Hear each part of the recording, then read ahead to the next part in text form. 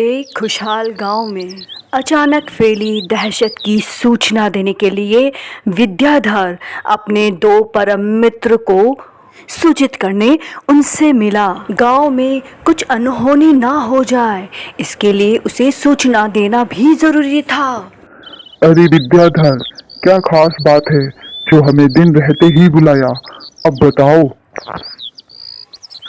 भाई, अपने गांव वालों को सूचित कर देना कि रात के समय जंगल से होकर ना गुजरे, क्योंकि गाना गाने वाली चुड़ैल आ गई है। क्या तुम्हें पूरा यकीन है कि वो आ गई है और वह हमारे पास वाले जंगल में है? हे प्रभु, अब क्या होगा? भाई, तुम गांव के सरपंच हो, इसीलिए मैंने तुम्हें जल्दी जल्दी में बुलाया है। चलो सामने वाली चाय की टपरी वाले से भी पूछ लेते हैं। थोड़ी शाम और हो गई थी। चुड़ैल के बारे में जानकारी जुटाने के लिए दोनों चाय की टपरी पर रुक जाते हैं। अरे भैया, तुम्हारी टपरी को लगाए हुए तो यहाँ बहुत समय हो गया है। क्या तुमने इस जंगल में किसी के गाने की आवाज सुनी है? तो हमें भी कुछ बताओ, क्या तुमने कभी उसे देखा है? तुमने तो देखा ही होगा। चाय वाले भैया, तुम्हें अपनी दुकान लगाए हुए तो काफी समय हो गया होगा। तुमने भी इस जंगल से किसी के गाना गाने की आवाज सुनी होगी। क्या कभी तुमने उसे देखा भी है? नहीं भाई, देखा तो कभी नहीं, लेकिन हाँ, हमने भी उसकी आवाज़ सुनी है और रात को 12 बजे बाद ही उसकी आवाज़ आती है। आपने चाय पी ली है? अच्छा होगा जल्दी से इस जंगल को पार कर लो। कुछ तो बताओ भैया, कुछ तो देखा होगा। और अब रात भी होने वाली है, हमें इसी ही जंगल से गुजरना है। हमारे डर के मारे तो हमारे हाथ पांव कांप रहे हैं। हे भगवान, कुछ तो अच्छा बताना भैया। भाई, तुम्हारी बात सुनकर तो मुझे भी डर लग रहा है। तुम भी जाओ भाई। अरे, हमें कोई डरा थोड़ी सकता है। अब हमें ये छोटी मोटी जंगल की चुड़ैलें डराएगी?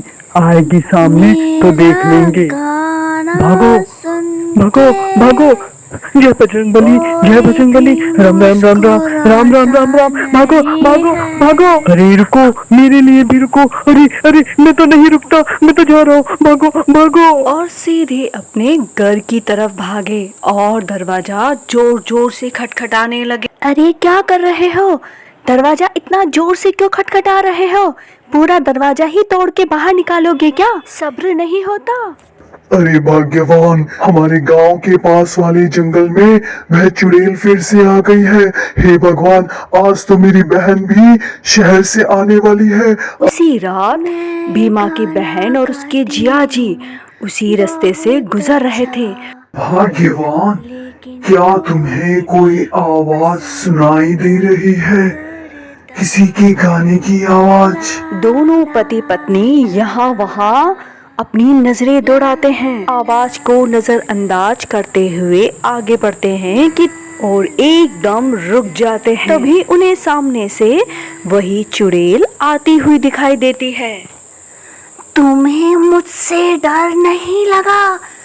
बताओ, रात के अंधेरे में कहाँ जा रहे हो? मेरा गाना सुना? कैसा लगा मेरा गाना?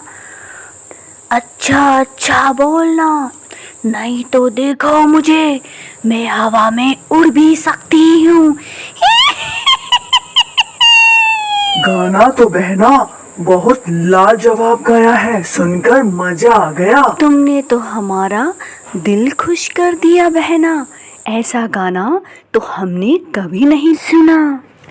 उनकी बात सुनकर तो चुड़ैल भावुक हो गई और फूट फूट कर रोने लगी। बिना उन्हें कोई हानि पहुंचाए गाती हुई चली गई। रास्ते में जो कुछ भी घटा था, बहन ने भाई और भाभी को सब कुछ कह सुनाया, जिसके कारण पूरे गांव वालों का डर अब खत्म हो चुका था। वह तो बस गाना गाने वाली चुड़ैल थी। कहानी अच्छी लगी है तो please like, share and subscribe.